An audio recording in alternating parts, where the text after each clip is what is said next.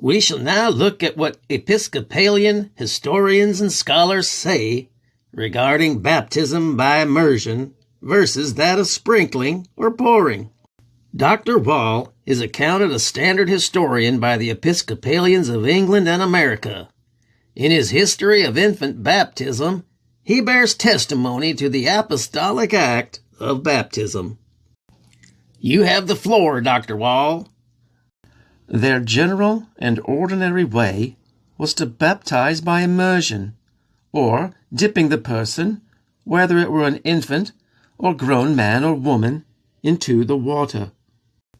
This is so plain by the infinite number of passages that, as one cannot but pity the weak endeavors of such paedo-Baptists as would maintain the negative of it, so, also, we ought to disown and show a dislike to the profane scoffs which some people give the English Baptists, merely for their use of dipping.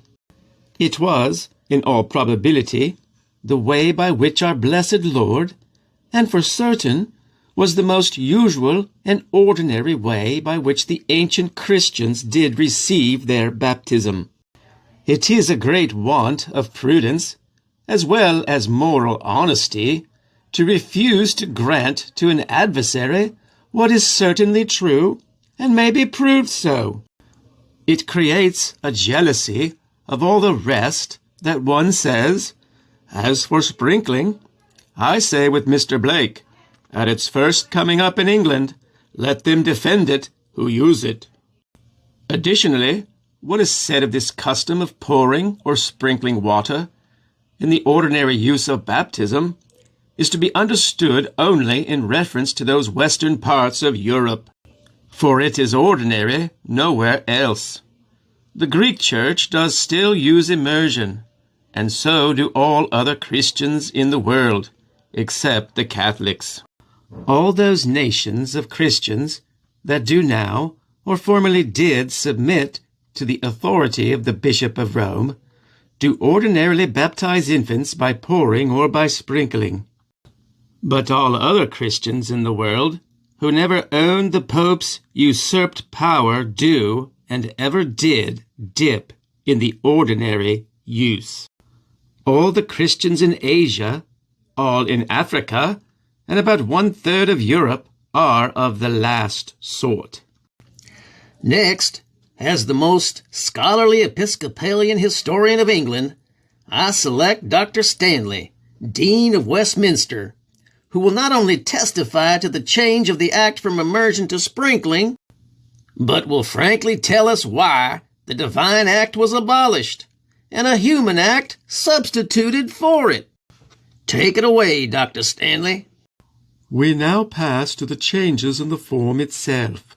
For the first 13 centuries, the almost universal practice of baptism was that of which we read in the New Testament, and which is the very meaning of the word baptize, that those who were baptized were plunged, submerged, immersed into water.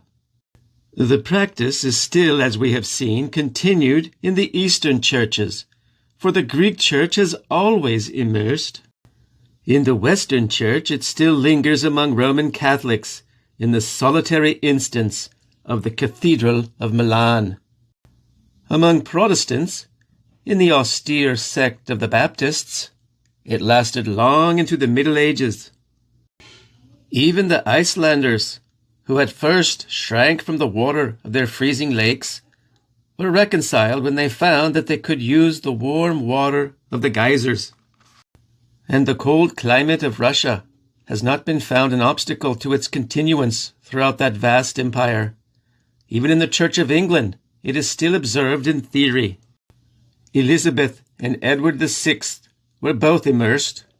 The rubric on the public baptism of infants enjoins that unless, for special cases, they are to be dipped, not sprinkled. But, in practice, it gave way since the beginning of the 17th century. With the few exceptions just mentioned, the whole of the Western churches have now substituted for the ancient bath the ceremony of sprinkling a few drops of water on the face.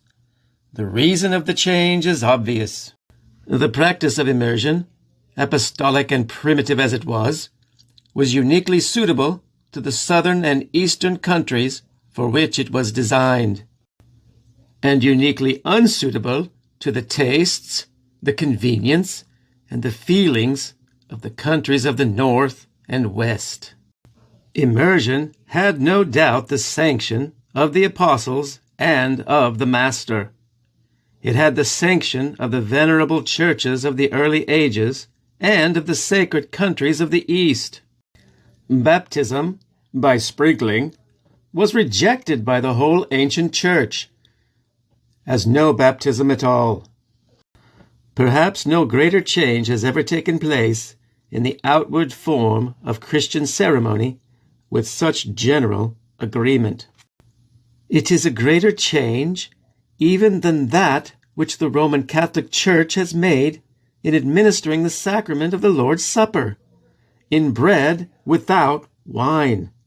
For that was a change which did not affect the thing that was signified.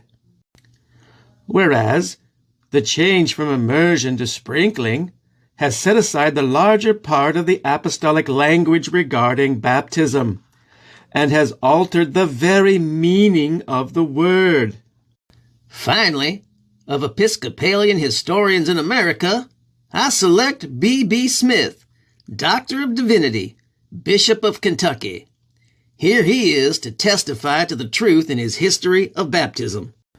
We have only to go back 600 or 800 years, and immersion was the only mode, except in the case of a few baptized in their beds at the real or supposed approach of death. Immersion was not only universal 600 or 800 years ago, but it was primitive and apostolic. The bowl and sprinkling are strictly Genevan in their origin. That is, they were introduced by Calvin at Geneva. Now listen, friend, are you beginning to see just how futile it is to try to defend baptism by sprinkling or by pouring? And yet, your average Catholic or Protestant will fly in the face of their own scholars. If you, my friend, have been baptized in your unconscious infancy, you need to consider well and hard that you have not been baptized at all. That's it for now. Be on the lookout for our next video, where we will look at the Lutherans.